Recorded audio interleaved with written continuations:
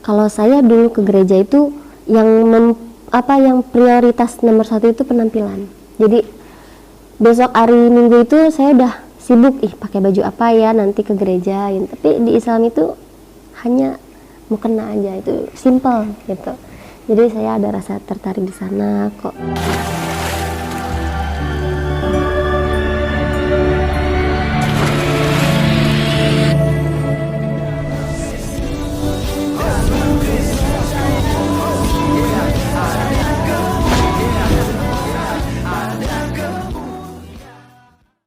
Salam teman-teman sekalian, berjumpa kembali dengan saya Arif Gule di channel TV Laskar Kristus ini. Pada kesempatan kali ini teman-teman sekalian, mari kita meluruskan satu wanita yang tadinya Kristen, sekarang masuk ke agama Islam dan berhijab teman-teman sekalian. Tinggal mata saja yang kelihatan ibarat ninja. Nah teman-teman sekalian, dulu yang dia persoalkan adalah mengenai penampilan umat Islam dan umat Kristen. Karena waktu dia di Kristen dulu, yang paling prioritas baginya adalah penampilannya. Setiap hari Minggu dia bingung mau pakai apa gitu ya. Seakan-akan orang-orang Kristen itu kalau ke gereja yang mau dipamerkan adalah pakaiannya, gayanya, bedaknya, lipstiknya gitu ya, alisnya, kalungnya, gelangnya gitu ya. Sehingga dia lebih cenderung untuk memperhatikan penampilannya waktu dia di Kristen. Akhirnya dia katakan bahwa itu adalah yang salah, sementara di Islam kan nutup semua itu. Jadi nggak pusing-pusing ya kan. Jadi nggak ada yang mau memperhatikan karena sudah tutup semua, tinggal mata yang kelihatan gitu ya. Jadi siapa juga yang mau lihat bedaknya, lipstiknya gitu ya, alisnya, mungkin alis masih kelihatan lah ya. Tapi segala kalungnya, perhiasan kan tidak akan kelihatan lagi, jadi tidak ada yang memperhatikan ya. Oke, tapi kita tidak perlu lama-lama dulu. Saya mengajak kita untuk memperhatikan dulu apa yang menjadi kesaksian daripada saudari kita ini. Berikut videonya. Pengen tahu kenapa kok Islam itu sholatnya sampai 5 kali. Terus juga saya pernah bertanya kepada guru agama, kenapa daging babi itu diharamkan tetapi Allah menciptakan gitu. Saya bertanya gitu, kemudian dijawab oleh guru agama, dijawabnya karena itu bagian daripada untuk menguji orang-orang Islam. Seperti itu. Karena yang saya rasakan setiap pelajaran agama itu selalu membahas non-muslim. Padahal ketika saya dulu ke gereja itu kita sama sekali tidak membahas agama yang lain. Kita fokus kepada kitab ya, kepada Bible pembahasannya. Tapi kok kenapa orang Islam selalu membahas non-muslim? Di situ saya penasaran ada apa gitu. Akhirnya saya bertanya sama guru, dan ada salah satu guru yang malah semoga Meli nanti bisa masuk Islam, semoga kita bisa sholat bareng-bareng gitu. Dan penampilannya tuh sangat sederhana. Sedangkan kalau saya dulu ke gereja itu yang prioritas nomor satu itu penampilan. Jadi besok hari Minggu itu saya udah sibuk pakai baju apa ya nanti ke gereja. Tapi di Islam itu hanya mukena aja, itu simple gitu. Jadi saya ada rasa tertarik di sana kok, adanya kesederhanaan, terus juga kemudahan untuk siapapun beribadah. Kalau di agama saya dulu kan saya sibuk memikirkan penampilan gitu. Oke, teman-teman sekalian, itulah cuplikan video yang sudah kita tonton dari seorang mu'alaf ya. Teman-teman sangat memprihatinkan sekali tentang kedangkalan pemahamannya dan juga kebingungannya sehingga menyebabkan dia meninggalkan Kristen. Tetapi sebenarnya itu pilihan lah ya. Soal pindah-pindah agama ini menurut saya itu hak pribadi-pribadi lah ya. Jadi tidak ada yang sewot ya. Cuma ketika meninggalkan agama sebelumnya dan harus menjelekkan agama tersebut, ini yang menjadi masalah ya. Nah teman-teman sekalian, seperti yang kita lihat dari si mu'alaf ini, mengapa kita harus mengomentarinya? Karena memang dia membahas kekristenan dan juga ada indikasi memojokkan iman kekristenan. Maka teman-teman sekalian, kita punya hak untuk meluruskan. Teman-teman, yang pertama kali yang saya mau komentari adalah ketika dia keluar daripada Kristen, itu tidak ada ancaman baginya, tidak halal darahnya dan juga tidak ada hukum pancung baginya ketika meninggalkan Kristen. Berbeda dengan mereka yang meninggalkan Islam, itu ada hukum pancung bagi mereka, ya. Kalau Ustaz Abdul Somad bilang pancung batang leher mereka, gitu ya. Ya, karena itu sudah kafir gitu ya. Nah, kemudian banyak hal lagi teman-teman sekalian yang menjadi teror ya baginya ketika dia meninggalkan Islam ya. Tetapi ketika orang meninggalkan Kristen itu tidak ada hal sedemikian ya, karena Kristen mengajarkan untuk menghargai dan mengasihi sesama. Nah, baik teman-teman sekalian, kita pertama kali memberikan jawaban kepada mu'alaf ini mengenai pertanyaannya soal babi ya. Dia tanyakan kenapa babi diharamkan di Islam sementara Allah ciptakan itu, dan guru agamanya menjelaskan bahwasanya itu sebagai bagian ujian iman dalam Islam sehingga itu diciptakan. Ini semua jawaban omong kosong teman-teman sekalian, karena kalau bicara masalah haram atau tidak haram sebenarnya bukan hanya babi, tapi yang mereka haramkan adalah babi gitu ya. Padahal kalau kita melihat dalam Imamat pasal 11, Al-Quran itu beranjak daripada Imamat pasal 11 teman-teman sekalian. Ya, kalau kita lihat ayat 4, sementara bicara masalah daging babi itu di ayat 7, tetapi terlebih dahulu dibahas di dalam ayat 4 itu adalah onta. Ya, saya akan bacakan buat kita. Tetapi inilah yang tidak boleh kamu makan dari yang memamah biak atau dari yang berkuku belah unta, karena memang memamah biak tetapi tidak berkuku belah, haram itu bagimu. Ini unta loh teman-teman sekalian. Itu yang pertama. Kedua, pelanduk ya, juga pelanduk karena memang memamah biak tetapi tidak berkuku belah, haram itu bagimu. Ketiga, juga kelinci karena memang memamah biak tetapi tidak berkuku belah, haram itu bagimu. Baru demikian juga babi hutan. Keempat ya, karena memang berkuku belah, yaitu kukunya bersebelah panjang tetapi tidak memamah biak, haram itu bagimu. Daging binatang-binatang itu janganlah kamu makan, dan bangkainya janganlah kamu sentuh, haram semuanya itu bagimu.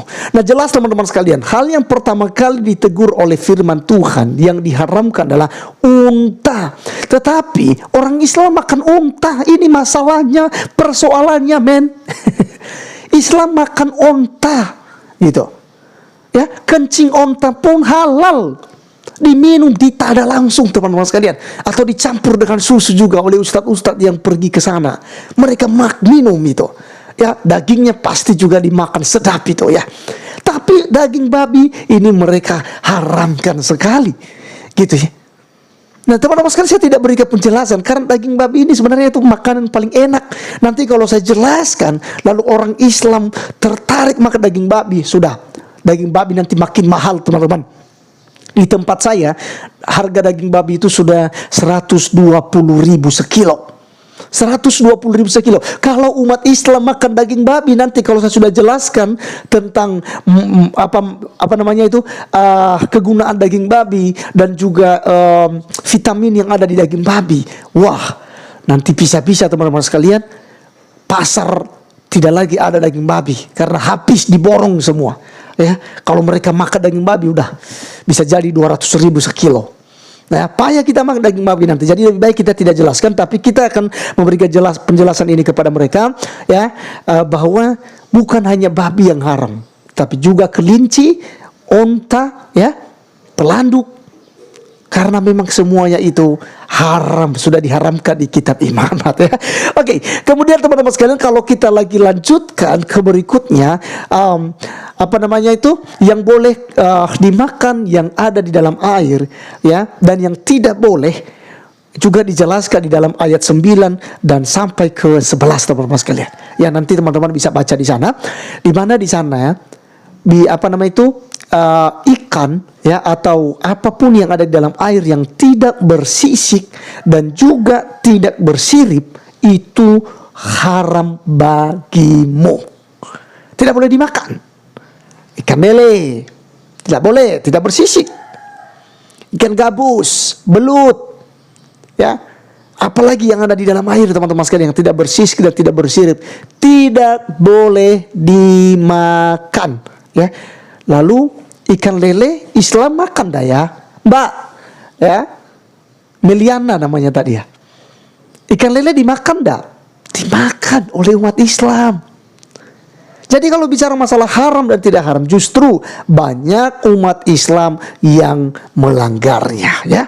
Oke, kedua teman-teman sekalian, yang akan saya jawab adalah mengenai penampilannya. Katanya, yang paling utama ketika dia di Kristen adalah penampilan. Setiap hari Minggu dia bingung apa yang akan dia pakai, apa yang akan dia kenakan, ya, kalungnya, bajunya, celananya, roknya, ya, atau ikat rambutnya, segala macam, ya. Ini adalah fitnah, ya. Kalau Anda semacam itu artinya Anda belum dewasa untuk beribadah. Ibadah itu adalah hubungan kita dengan Tuhan. Yang kita pandang dan yang dipandang adalah hidup kita, hati kita, ketulusan kita untuk beribadah.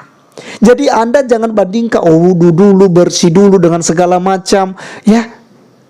Tuhan tidak melihat kebersihan daripada luarmu. Tuhan lihat hatimu. Amsal 4 ayat 23 katakan, jagalah hatimu, karena dari situlah terpancar kehidupan. Ya. Jagalah hatimu dari segala kewaspadaan, karena dari situ terpancar kehidupan Anda. Maka yang dijaga adalah hati kita, bukan penampilan kita. Ini bodoh sekali. Saya katakan bodoh. Wajar aja kalau Anda keluar daripada Kristen, ya. Nah teman-teman sekalian, juga soal perhiasan-perhiasan wanita di dalam kekristenan itu sudah dibahas sebenarnya, ya. Mari kita cek teman-teman sekalian dalam 1 Timotius pasal yang kedua ayat 9 sampai 10 teman-teman sekalian. Firman Tuhan katakan demikian. Demikian juga hendaknya perempuan, hendaklah ia berdandan dengan pantas, dengan sopan dan sederhana. Rambutnya jangan berkepang-kepang. Jangan memakai emas atau mutiara ataupun pakaian yang mahal-mahal. Tetapi hendaklah ia berdandan dengan perbuatan baik, seperti yang layak bagi perempuan yang beribadah. Nah, jadi teman-teman sekalian sangat jelas di sini bahwa ada larangan di dalam Alkitab untuk tidak memamerkan perhiasannya, untuk tidak gaya terlalu banyak. Pakaiannya yang dipamerkan, yang diprioritaskan, itu salah. Tetapi dalam kekristenan untuk memakai perhiasan, cincin, gelang, kalung, silakan. Tetapi bukan itu yang diperlihatkan saat ibadah. Tetapi ya, dia berdandan, ya, dengan perbuatan baik. Hatinya yang paling utama seperti yang saya katakan tadi. Bagaimana dia menyerahkan hidupnya kepada Tuhan. Jadi itu yang paling utama teman-teman sekalian. Jadi ini sangat salah sekali ketika dia menyalahkan tentang soal berpakaian dalam kekristenan, sehingga menyebabkan dia meninggalkan Kristen dan masuk Islam. Kemudian teman-teman sekalian, yang paling terakhir adalah dia katakan bahwa di sekolah guru agama Islamnya selalu membahas non-Islam, non-Muslim, ya, alias membahas kekristenan. Dan ini saya katakan bahwa ini sebuah bukti bahwa memang Islam itu sering menyerang kekristenan, baik di sekolah seperti yang kemarin viral. Buku PPKN kelas 7 teman-teman sekalian, kelas 1 SMP. Juga diberikan sebuah ajaran sesat di situ mengenai iman Kristen. Ini umat Islam yang lakukan itu, ya. Dan juga tuduhan-tuduhan yang lain tentang Kristen. Apalagi Al-Quran teman-teman sekalian, yang jelas-jelas menentang ketuhanan Yesus dan juga memanipulasi, menyelewengkan tentang penyaliban Tuhan Yesus Kristus, yang katanya tidak disalib tetapi diserupakan, yang katanya tidak bangkit, yang katanya tidak mati tetapi diangkat ke langit. Padahal Alkitab 6 abad sebelum Islam ada, semuanya aman-aman saja, sudah diakui kebenarannya bahwa Yesus Kristus adalah Tuhan, mati di kayu salib, dikuburkan dan bangkit pada hari ketiga, barulah dia naik ke surga untuk menyiapkan tempat bagi orang-orang yang percaya kepadanya. Karena barang siapa yang percaya kepada Tuhan Yesus Kristus tidak binasa, tetapi akan memperoleh kehidupan yang kekal. Di luar Yesus tidak ada keselamatan. Sekali lagi, bukti bahwa Islam yang sering menyerang iman kekristenan adalah seperti yang disampaikan yang tadi, bahwa guru agamanya sering membahas non-muslim. Oke teman-teman sekalian, sekian video kali ini, kiranya mengedukasi kita dan juga memberi berkat buat kita semua. Terima kasih, sampai ketemu di video saya selanjutnya. Tuhan Yesus memberkati. Salam.